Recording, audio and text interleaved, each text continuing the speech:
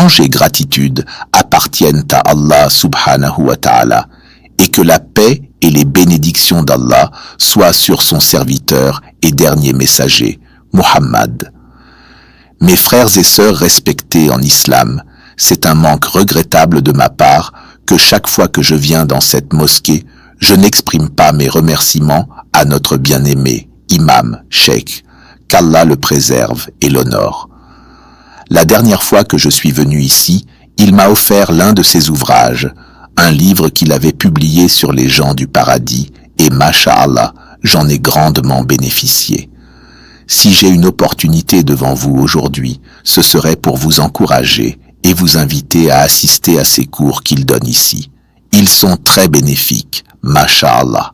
J'ai vu les livres qu'il enseigne ici, en particulier maintenant que nous approchons du mois de Ramadan. Je crois qu'il enseigne actuellement les règles juridiques liées au Ramadan, une science très importante. Donc, si vous êtes capable d'assister à ces cours, faites-le, et votre récompense sera auprès d'Allah. Nous demandons à Allah de bénir notre rassemblement, de pardonner nos péchés et nos manquements. Et c'est toujours un honneur, un privilège et une bénédiction d'Allah subhanahu wa ta'ala pour nous tous que nous puissions nous retrouver face à face dans la piété, l'obéissance et la recherche de la connaissance. Nous lui demandons de garder nos intentions pures et sincères, et nous lui demandons de nous permettre de nous retrouver encore et encore dans cette vie mondaine, dans les meilleurs endroits, dans la vertu et la piété. Frères et sœurs en islam, le sujet de cette conférence ce soir est intitulé « La douche spirituelle quotidienne dont chacun a désespérément besoin chaque jour ». Mais avant d'entrer dans les détails de ce sujet, commençons par mentionner une réalité unique qu'Allah a placée en chaque être humain. Il y a en nous une disposition naturelle, une fitra, un instinct inné qu'Allah a mis dans chaque personne. L'un d'entre nous part travailler, passe des heures au travail, ou voyage plusieurs jours, ou même lorsqu'on s'occupe des tâches ménagères, allant de pièce en pièce à nettoyer, organiser, etc. On finit par se sentir fatigué, épuisé, et l'on ressent les effets de cette journée sur notre corps. On ressent également un effet physique. Notre corps devient sale, il y a de la sueur, une mauvaise odeur corporelle, de la poussière accrochée à nos vêtements et notre peau, les cheveux en désordre, collants.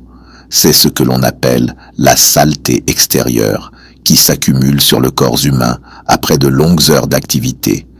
Et Allah subhanahu wa ta'ala a mis en nous cette impulsion naturelle. Chaque fois que nous nous sentons sales, nous avons envie de nous laver, de nous débarrasser de cette saleté. Subhanallah, même quand on mange, surtout lorsqu'on utilise les mains pour manger, comme avec du poulet par exemple.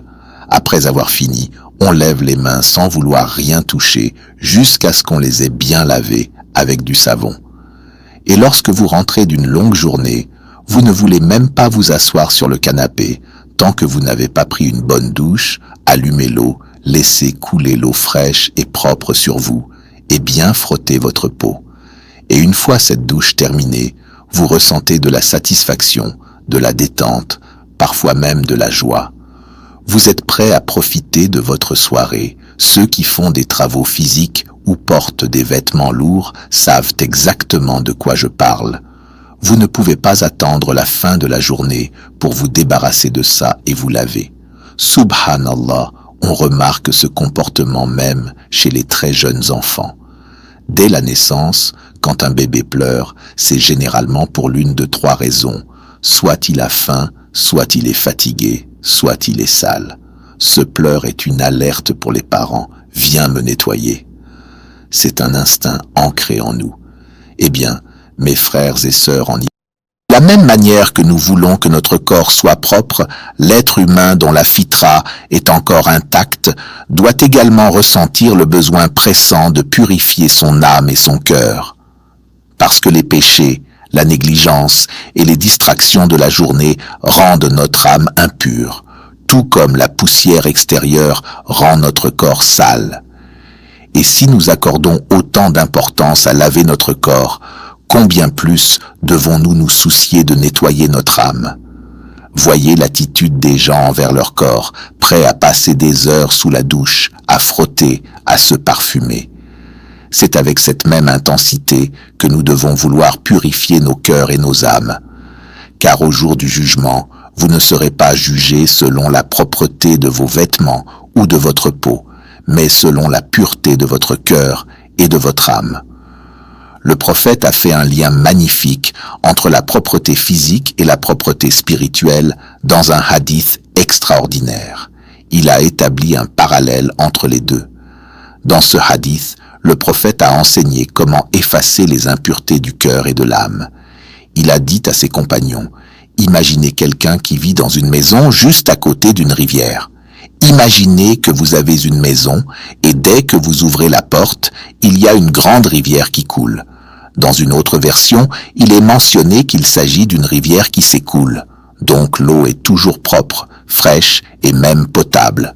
Puis le prophète dit, « Imaginez que cette personne se baigne dans cette rivière 5 fois par jour. Pensez-vous qu'il resterait sur lui la moindre trace de saleté physique après ces 5 lavages ?» Les compagnons ont répondu, « Impossible, ô messager d'Allah. Il sera évidemment très propre. » Si quelqu'un se lavait 5 fois par jour, sa peau finirait même par en souffrir, car ce n'est pas recommandé en excès.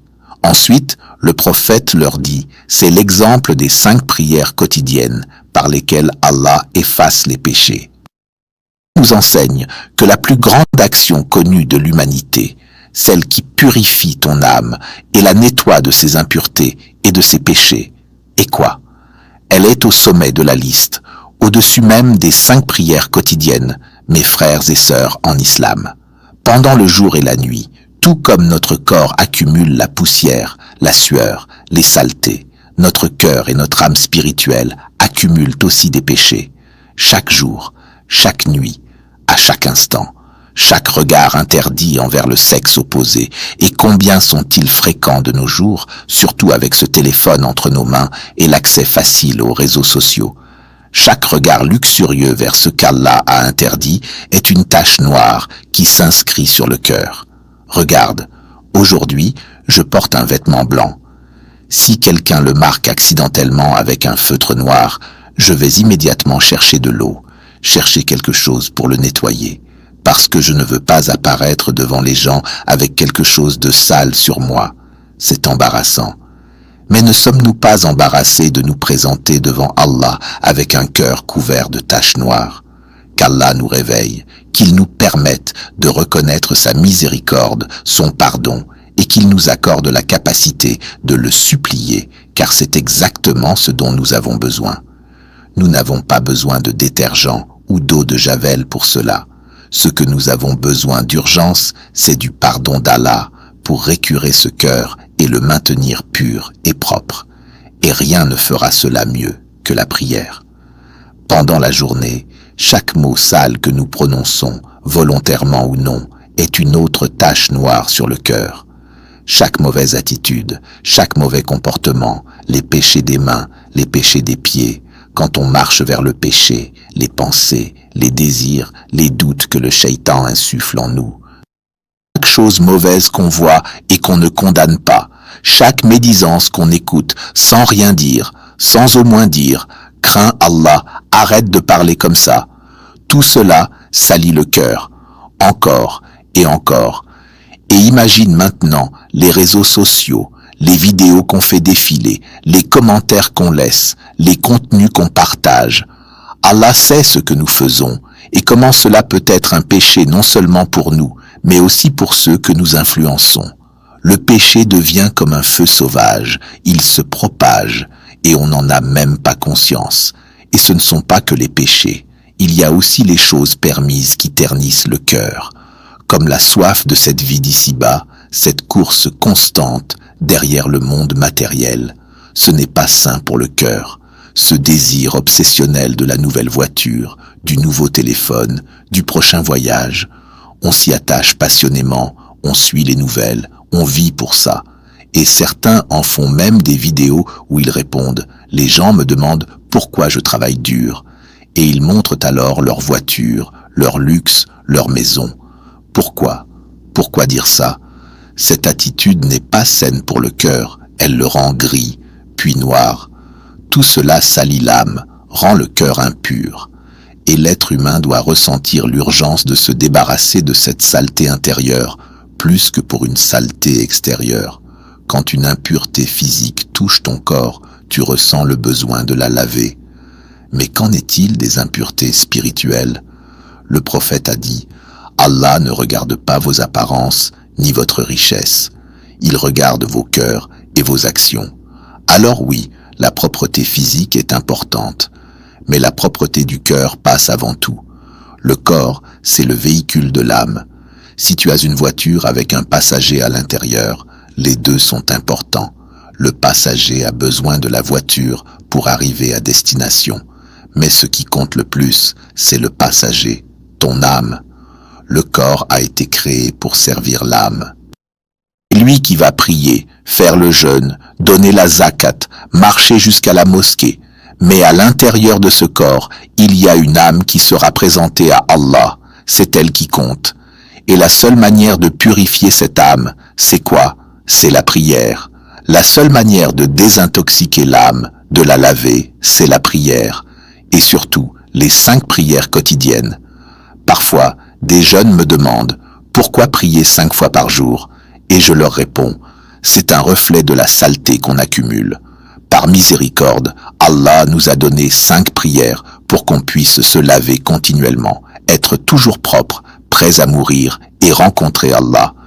Car toi et moi, notre mort surviendra entre 2 prières, peut-être entre Fajr et Duhr, ou entre Duhr et Asr, ou entre Asr et Maghrib. Si tu as toujours maintenu tes prières avec sérieux et que tu meurs entre 2 salats, ton cœur est propre, parce que tu viens tout juste de prier. Un croyant ne peut pas se permettre de rater la salate. Et ce soir, mes frères et sœurs en islam, nous voulons raviver cette passion pour la salate. Pas seulement pour maintenir les 5 prières, mais pour y ajouter les prières surérogatoires, les prières de nuit, comme le faisait le prophète. Pourquoi? Pour toujours maintenir un cœur pur et être prêt à rencontrer Allah à n'importe quel moment du jour ou de la nuit. Réfléchis à ce hadith où le prophète dit « Si l'un de vous avait une rivière devant sa maison et s'y baignait 5 fois par jour, resterait-il une seule trace de saleté sur lui ?» Ils dirent « Non, ô messager d'Allah ». Et il répondit « Ainsi sont les 5 prières quotidiennes, Allah efface les péchés à travers elles. » Ce hadith nous montre aussi que la salate est facile, comme une rivière devant toi. Tu ouvres la porte, tu sautes dedans et tu es propre. La salate est comme ça, ouvre la porte de ton cœur, dirige-toi vers ton tapis, commence, et c'est fait. Ce qui rend la salate difficile est de ne pas la prier à l'heure. C'est ça le problème des jeunes. Certains disent que le vrai problème, ce sont les drogues, l'alcool. Oui, ce sont des problèmes, mais ils sont le résultat d'un problème plus profond, le fait que les jeunes ne prient pas. Et pourquoi ne prient-ils pas? Parce que c'est devenu difficile. Et pourquoi c'est difficile? Parce qu'ils ne prient pas à l'heure. Mon frère, ma sœur, si la sala est difficile pour toi, c'est parce que tu la retardes. Prie à l'heure et tu verras comme c'est simple. Chaque minute que tu retardes, la prière devient plus lourde. Et si tu en rates une, ton cœur sera prêt à rater les autres. Et si tu rates tes prières, ton corps est prêt à faire n'importe quel péché qu'il désire. Voilà où tout commence. Et c'est pour cela que la prière est l'action la plus aimée d'Allah. Le prophète, lorsqu'on lui a demandé « Quelle est l'action la plus aimée ?» il n'a pas répondu « la prière ». Il a dit « la prière à son heure ». Et pourquoi est-ce que la prière est le plus grand acte d'adoration? Parce qu'elle contient en elle tous les autres actes d'adoration. Elle inclut la parole, le jeûne, on ne mange pas, on ne boit pas, la zakat, on consacre du temps comme on donne de l'argent pour purifier le reste, le hajj, on fait face à la qibla, l'invocation, le repentir, la lecture du Coran, la bienfaisance envers les parents, par l'invocation pour eux dans la sala. Tout est contenu dans la prière. C'est pour cela qu'elle est le plus grand nettoyeur de l'âme. C'est un moment où le cœur adore Allah, le corps adore Allah, la langue adore Allah. Et maintenant, je veux te montrer comment la salate nettoie ton âme spirituellement. Parcourons ce voyage du début à la fin pour que tu comprennes comment chaque moment de la prière est un lavage de l'âme. Et je jure par Allah, si tu pries avec cette connaissance en tête, ton expérience de la prière changera complètement. Ensuite t'expliquera comment chaque position, chaque parole, chaque mouvement dans la salate est lié au pardon d'Allah. Et ça commence dès que tu fais les ablutions. Allah a dit dans son verset, il a légiféré pour vous afin de vous purifier. Qu'est-ce que cela signifie ici, purifier? Est-ce purifier le corps physique ou l'âme spirituelle? C'est l'âme spirituelle. Et je vais vous expliquer pourquoi. Parce que si nous n'avons pas d'eau, comment faisons-nous les ablutions? Par le tayammum. Et le tayammum, qu'est-ce que c'est? C'est frapper la terre avec ses mains. Il y a de la poussière qui s'y colle. Puis on s'essuie le visage avec cette poussière. Puis on frotte ses mains comme ceci. C'est fini. Est-ce que cela rend notre corps plus propre? Non.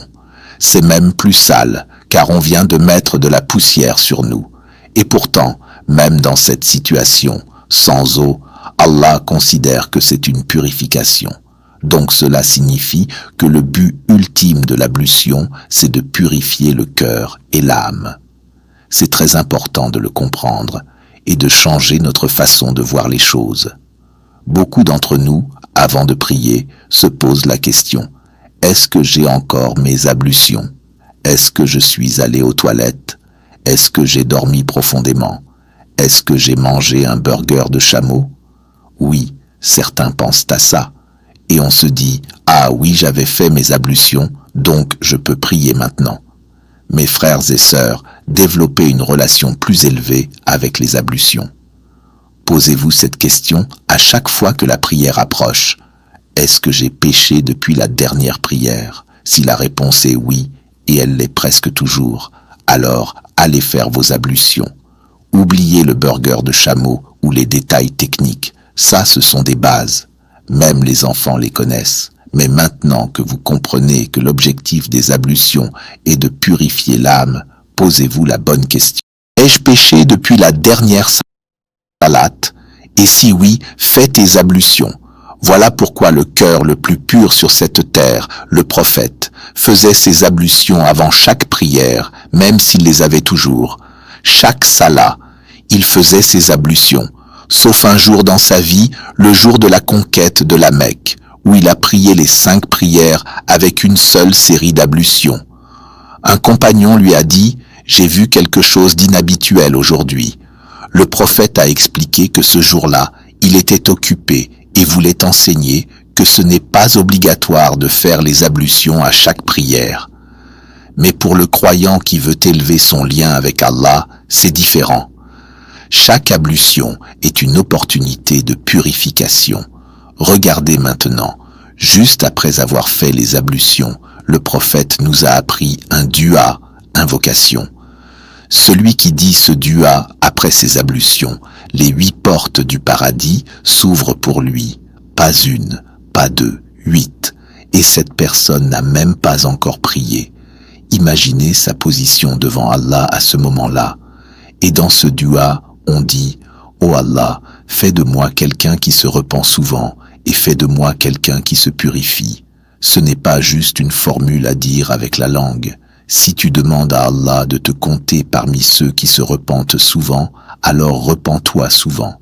Et si tu veux être parmi ceux qui se purifient, alors purifie-toi vraiment, intérieurement et extérieurement. Ce dua est magnifique. Il a 3 parties. Regardez ce qu'il contient. Il efface les petits et les grands péchés. Il efface aussi les innovations religieuses. Il détruit les obstacles qui se dressent à la porte du paradis. Et après les ablutions, quand on marche vers la mosquée, ou pour les femmes et les malades, vers l'endroit où ils prient, le prophète a dit, à chaque pas que tu fais, un péché est effacé, et à l'autre pas, un degré est élevé au paradis.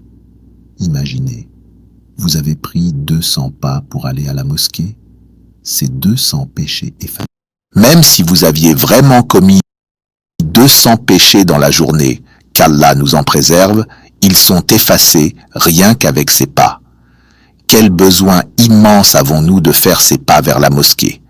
Mais attention, tout cela, ce n'est pas juste beau à entendre.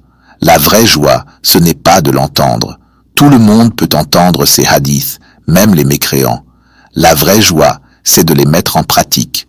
C'est celui qui agit, qui mérite la récompense. Et ensuite, une fois que tu es à la mosquée et que tu attends la prière, ce moment n'est pas perdu. Les anges font des duas pour celui qui est assis à sa place de prière, qui attend la prière. Et ils disent, « Ô Allah, pardonne-lui.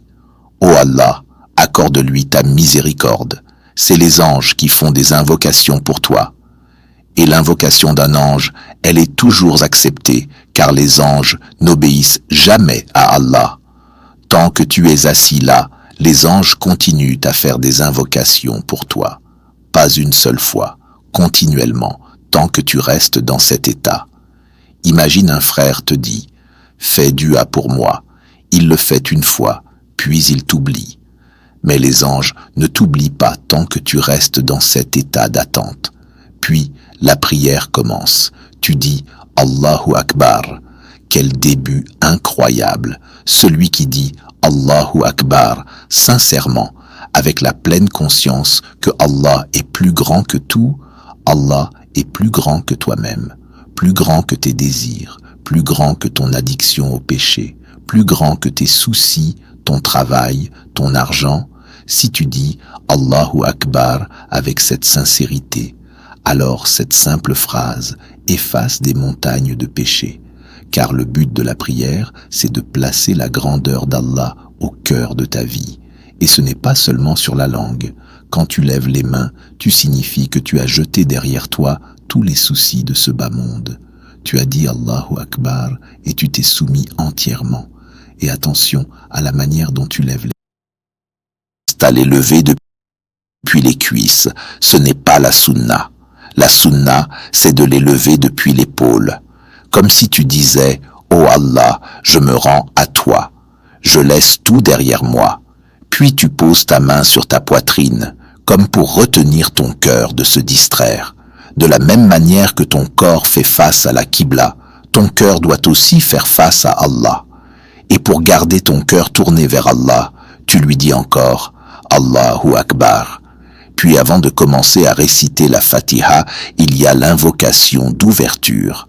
C'est une sunna fortement recommandée et pour ceux qui veulent atteindre les hauts degrés spirituels, elle est indispensable. Il y en a une dizaine rapportées dans les hadiths, mais celle que le prophète disait le plus souvent, la voici. « Ô Allah, mets une distance entre moi et mes péchés, comme tu as mis une distance entre l'Orient et l'Occident. L'Est et l'Ouest ne se rencontrent jamais. » Ce dua signifie « Je ne veux pas voir mes péchés, ni en supporter les conséquences. Éloigne-les de moi, ô Allah. » Et Allah dit dans le Coran, au jour du jugement, le criminel souhaitera que ses péchés soient aussi loin de lui que la distance de l'Est et l'Ouest. Mais le croyant n'a pas besoin d'attendre ce jour pour formuler ce souhait. Il le demande dès maintenant, dans sa prière. Imagine faire cette invocation 5 fois par jour. 5 fois où tu demandes à Allah d'éloigner tes péchés. Ça devient des milliers de demandes dans une vie entière. Penses-tu vraiment qu'Allah te trompera le jour du jugement? Non. Allah est plus généreux que cela. Et ce n'est pas tout. Le prophète disait aussi dans cette invocation, « Ô Allah, purifie-moi de mes péchés comme on purifie un vêtement blanc des impuretés. » Puis il disait, « Ô Allah, lave-moi de mes péchés avec de l'eau, de la neige et de la grêle. » Comme si les péchés brûlaient et qu'il fallait éteindre ce feu. 3 parties. 3 fois la même demande, formulée différemment. C'est une étiquette de la dua. Quand tu demandes quelque chose à Allah, demande-le 3 fois, car cela montre l'urgence et la sincérité de ta demande. Il supplie comme un enfant. Il se tient devant son père et dit « Donne-moi $50, donne-moi 50, j'en ai besoin pour l'école. » Il supplie, et peu importe qui vient à toi de cette manière, que tu l'aimes ou pas, tu vas lui donner. Alors imagine, Allah aime ses serviteurs, et s'il le supplie, il les aime encore plus, et il les couvre d'une miséricorde et d'un pardon tout particulier. Ici, le prophète demande à Allah de lui pardonner 3 fois, mais d'une manière incroyablement intelligente. À chaque fois, il change les mots. Mémorise cette invocation, et plus encore, applique-la dans ta prière, mets-la en pratique dès aujourd'hui, dès que tu l'as mémorisée. Tu vois, encore une fois, tout cela tourne autour du pardon. Et quand tu fais cette doua, ressens que ton âme est en train d'être frottée, nettoyée, purifiée. Ensuite, nous récitons. Tu sais, la plupart d'entre nous ne réalisent pas que la plus grande sourate du Coran, celle qu'il est obligatoire de réciter dans chaque unité de prière, c'est Al-Fatiha. Si tu dis simplement Allahu Akbar et que tu ne récites rien après, ta prière est toujours valide, mais tu es passé à côté d'un trésor, Al-Fatiha. Sans elle, la prière n'est pas valide, à quelques rares exceptions. Pourquoi Allah veut-il qu'on la récite à chaque raka? Ce n'est pas une obligation forcée, c'est un cadeau. Allah veut que tu profites de la récompense de la lecture. Regarde la miséricorde de notre Seigneur. Tout ce qu'il rend obligatoire, il l'accompagne de récompenses énormes pour t'inspirer à le faire et à t'y concentrer. Le prophète, les ablutions chez lui, puis se lève pour prier, et dans sa prière, il loue Allah, le glorifie, lui rend grâce et vide son cœur de toute chose sauf Allah. Alors Allah lui pardonnera tous ses péchés comme s'il venait de naître. Mais alors, comment rends-tu grâce à Allah? Comment le loues-tu? Comment le glorifies-tu? Tu fais tout cela à travers Al-Fatiha. Alhamdulillahi Rabbil Alamin. Allah dit, mon serviteur m'a loué. Ar-Rahman Ar-Rahim. Mon serviteur m'a glorifié. Tu vois, c'est ça la connexion. À chaque prière, Allah t'offre une chance de renaître. Imagine la miséricorde d'Allah. Il veut nous garder purs et prêts à tout moment pour le rencontrer. Et pourtant, beaucoup ne prient même pas. On a cette opportunité incroyable d'être lavés de nos péchés et certains disent « Non, je ne veux pas ». C'est pourquoi celui qui abandonne la prière volontairement est considéré comme un kafir, un terme qui signifie aussi ingrat. Allah est là, devant toi. Il t'ouvre la porte. Il te dit « Viens prier, gagne ». Mon pardon, lave ton âme comme jamais auparavant. Les gens font des cures détox pour le corps, mais le plus grand nettoyage à faire, c'est celui du cœur et de l'âme. Fais attention à chaque mot de ta prière. Sois conscient. Ta prière te nettoiera si tu es conscient. Sinon, tu ne ressentiras rien. Tu ne sauras même plus si tu as récité Al-Fatiha ou pas. Et c'est là que Shaitan entre en jeu. Il te chuchote. Pourquoi tu pries? Tu fais juste des gestes. Tu ne sais même pas ce que tu dis. Et il profite de ton ignorance pour te faire abandonner. C'est pour cela que tu dois te fortifier avec la connaissance. Apprends ces enseignements. Lorsque Shaitan viendra te décourager, tu pourras lui répondre « Je prie parce qu'Allah me pardonne, parce qu'il purifie mon âme, parce que chaque prière est une nouvelle naissance pour moi. » Subhanallah. Et ensuite, on lit le Coran. Le Coran, après la prière, c'est une... Le prophète récitait les versets aux gens et les purifiait, parce que le Coran est le moyen le plus puissant pour se purifier. Mais pour que cela fonctionne, tu dois comprendre ce que tu lis. Beaucoup ne comprennent pas ce que l'imam récite. Et même quand ils lisent chez eux, ils ne comprennent pas. Alors comment peux-tu être purifié? Comment peux-tu sentir que ton âme a été frottée, nettoyée? Fais un effort, apprends, comprends, médite. Demande-toi, qu'est-ce qu'Allah m'a dit aujourd'hui à travers ces versets? Je me souviens d'un professeur à moi, qu'Allah le récompense, qui nous a aidés à changer notre attitude. Après chaque prière, il nous demandait « Qu'avez-vous retenu des versets? Qu'est-ce que l'imam a lu? Quelle leçon ?» Et au début, on ne savait même pas ce qui avait été récité. Mais à force, on a commencé à écouter, à méditer. Aujourd'hui, quand je vais à la mosquée avec mes enfants, je leur dis « Allez, dépêchez-vous, on va écouter le message d'Allah ce soir. Qu'Allah va-t-il nous dire? C'est ça, le Coran. C'est un message vivant, nouveau à chaque fois, toujours rafraîchissant. Et rappelle-toi, chaque verset du Coran doit te connecter à Allah. C'est sa parole. Soit il augmente ta crainte, soit ton espoir, soit ta confiance, soit ta gratitude.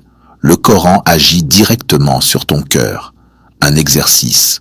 Pense à une tâche que tu as faite aujourd'hui. Manger, prier, peu importe. Demande-toi, combien de noms d'Allah puis-je associer à ce que j'ai fait? Si tu connaissais les 99 noms d'Allah, tu pourrais connecter chaque action à l'un de ces noms, chaque verset aussi. Mais cela montre notre ignorance d'Allah. Et c'est pour cela qu'on doit connaître Allah. Le Coran purifie, pas seulement les péchés, mais tes manières, ton attitude, ta vision du monde, tes habitudes, ton caractère. Il purifie chaque aspect de ta vie. Puis vient la position de Ruku. Le prophète disait que tous les péchés s'accumulent sur tes épaules et ta tête, et qu'ils tombent tant que tu restes en inclinaison. Alors prolonge ton recours, ne le bâcle pas. Ensuite, tu te redresses. Et cette station est aussi une source de pardon. Puis tu fais la prosternation, et encore, les péchés tombent. Et entre les deux prosternations, le prophète faisait une doua très puissante. Ô Allah, pardonne-moi tous mes péchés, les petits et les grands, les premiers et les derniers, les cachés et les visibles. Rien n'est laissé, même les péchés que tu as oubliés. Et cette position, assis entre les deux prosternations, c'est une opportunité incroyable de pardon. Et pourtant, beaucoup l'ignorent. Le prophète a prié devant les compagnons et ils ont remarqué qu'il prolongeait cette assise. Pourquoi? Parce qu'il demandait sincèrement pardon. Et aujourd'hui, cette sunna est presque oubliée. Être assis sur ses genoux, c'est implorer, supplier. Et c'est ce que tu fais devant ton Seigneur. Et si tu ne dis aucune invocation de pardon dans cette position, ta prière est invalide, tu as manqué une obligation. Puis à la fin de la prière, Abdallah ibn Abbas demanda au prophète, « Enseigne-moi une doua à dire dans ma prière. » Le prophète lui dit de dire à la fin, « Ô Allah, j'ai fait du tort à moi-même en abondance, et nul ne pardonne les péchés si ce n'est toi. Accorde-moi un pardon spécial et couvre-moi de ta miséricorde. » Et après ça, ne te lève pas tout de suite, reste assis, profite du moment d'or qui suit la prière. Ne sois pas de ceux qui sont déjà debout avant même de dire « Assalamu alaykum ». Ce n'est pas interdit, mais ce n'est pas respectueux envers ton Seigneur. Et ensuite vient la meilleure des formules de pardon. Astaghfirullah, 3 fois. Puis, Subhanallah, 33. Alhamdulillah, 33. Allahu Akbar, 33. Et si tu termines avec la formule complète, La ilaha illallah, wahdahu la sharika lah. Pardonnez, même s'ils sont aussi nombreux que l'écume de la mer. Et tu sais quoi? 33 plus 33 plus 33. 99. Les 99 noms d'Allah. Chaque subhanallah correspond à un des noms d'Allah. Les savants le savent. Et celui qui connaît vraiment Allah ne bougera pas de sa place après la prière. Chaque prière à une autre, c'est un pardon. La prière de la nuit, c'est un pardon. Le Coran, la prosternation, l'inclinaison, les invocations, tout tourne autour du pardon. Et enfin, je termine avec ceci. Travaille sur ta prière, épure-la, améliore-la, jusqu'à ce que tu atteignes 40 unités dans une journée, car c'est le minimum que faisait le prophète. 17 pour les obligatoires, 12 pour les sunnas, avant, après, 11 pour la prière de nuit. Imagine le nettoyage de ton âme si tu fais cela chaque jour. Nous demandons à Allah de nous pardonner.